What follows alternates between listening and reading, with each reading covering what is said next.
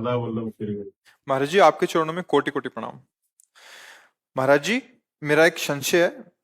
महाराज जी, हम रुपया ब्याज पर देते हैं, यही काम से हमारा परिवार का खर्च और बाकी सब चलता है, लेकिन अब मन में आपका सत्संग सुन के थोड़ी विचलता आ रही है कि ब्याज का पैसा कहीं हमारे लिए पाप का साधन तो नहीं बन रहा। हमारी गति बैंक क्या के होगी? ब्याज से तो लाखों लोगों का जीवन चलता है ना।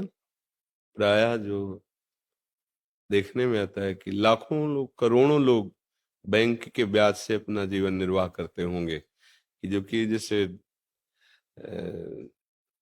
धन आदि एकत्रित करके फिर वृंदावन भी वास कर रहे हैं लोग, तो प्रायः बैंक के ब्याज से ही तो चल रहा है।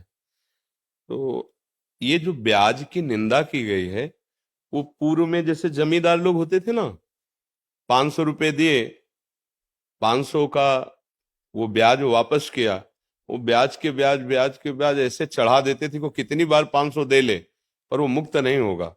तो इस तरह के जो गलत व्यवहार जनित ब्याज का भाव रख करके शोषण किया जाता था, उसके लिए है।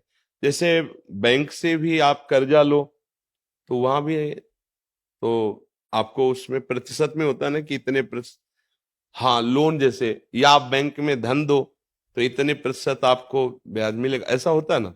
अगर इस तरह का है, आपका शोषण का भाव नहीं है जो सरकारी विधान से चलता है, तो मुझे लगता है कि चाहे बैंक से ले चाहे आपसे ले। ऐसा नहीं है ऐसा नहीं है, लेकिन कई लोग ऐसा करते हैं, उनको देखकर मेरे मन में ऐसा भाव आ गया कि कहीं मैं ना पाप में नहीं, हमारा जो उद्देश्य था कहने का, वो हमने गांव में देखा है कि ज्यादा बड़ी रकम तो किसान गरीब आदमी ले ही नहीं सकता।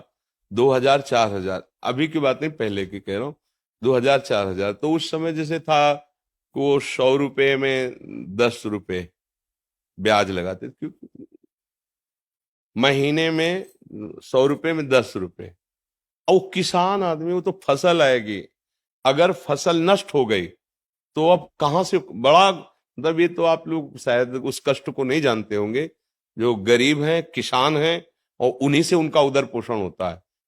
अब वो कुछ पैसे ब्याज के दिए पर पूरे तो दे नहीं पा रहे, तो कितनी बार वो 500 रुपए पहुंचा दिए, 1000 रुपए पहुंचा दिए, थोड़ा थोड़ा करके, लेकिन वो ब्याजे नहीं, मूल तो ऐसे ही जमा है। फिर उनको उनकी खेती हड़पते, उनको कष्ट देते, वो महान दुखदाई है। एक नियम है सरकारी हिसाब से, जैसे तो आप जो प्रतिशत, खुली बात है, इतने प्रतिशत ब्याज इसका है, जहां तक हो सके सौहार्द रख करके उसको, उसका सेवा का भी काम बन गया, आपका भी काम चल रहा है। शोषण वृत्ति अगर है तो फिर वो हानिकारक रहेगी। शोषण वृत्ति अब जैसे किसी ने लिया था और दूसरे दिन उसका काम हुआ नहीं और उसी को वापस करने गए, तो उसने पूरा हिसाब लगा के कहा चाहे आज दो चाहे 1 महीने बाद दो, ब्याज तो तुम्हें पड़ेगा ही। अब उसको जो 200-300 रुपए ब्याज के थे बहुत भारी पड़े थे, और बेचारा आके रख लिया। अब जब वो लाही चना कुछ भी पैदा होगा बेचेगा, तो अब वो पैसे लिए थे, काम नहीं हुआ, वो वापस करने गया, अब ब्याज के पैसे उसके पास कहां तुरंत, अब नहीं है ना, अब उसको कई महीने लगेंगे फसल आने पे, अब वो उनका हिसाब बढ़िया बन गया, तो फिर ये हानिकारक होता है। अब तुरंत जैसे समझ में आ रहा है ना कि गांव का है, हमारे अमुक आदमी है, और उसका जिस काम के लिए था नहीं हुआ वो वापस कर रहा है, तो इस पे फिर लोभ नहीं करना चाहिए।